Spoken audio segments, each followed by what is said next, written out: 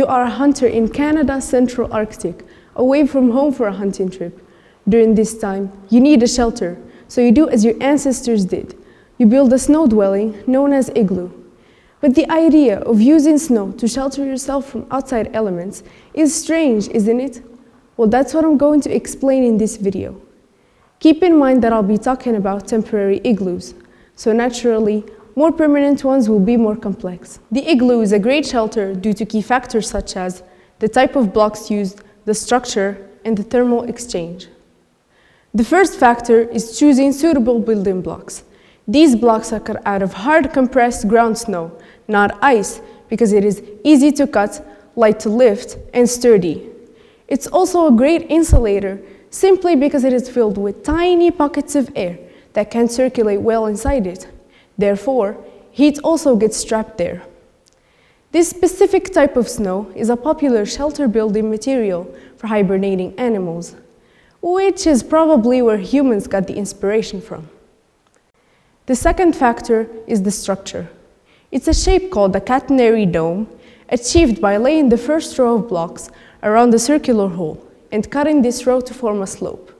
Then, putting the other row, and so on. This dome doesn't break under pressure due to the even distribution of its weight down the sides of the wall. Inside the igloo is composed of terraces, creating a lower level, a middle level, and an upper level.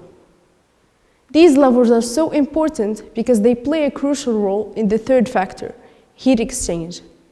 To better explain this, let's head to the lab. Okay, let's consider this bowl to be our igloo. The room temperature water, the air inside it. The blue ice cubes, the cold air from the ventilation hole, and the red hot water, the hot air from heat sources.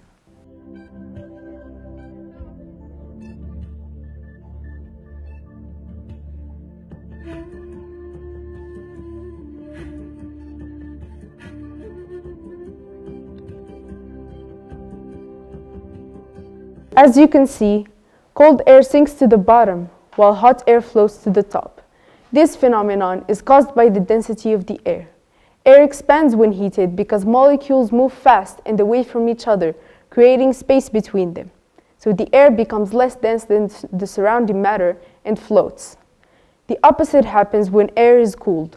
How come the igloo doesn't melt? Actually, the inside of the igloo does melt slightly because of heat sources. But when it is unoccupied during hunting expeditions, the melted snow freezes over, turning into ice. Several days of gradual defreezing and refreezing turns the entire structure solid ice, making it stronger and warmer.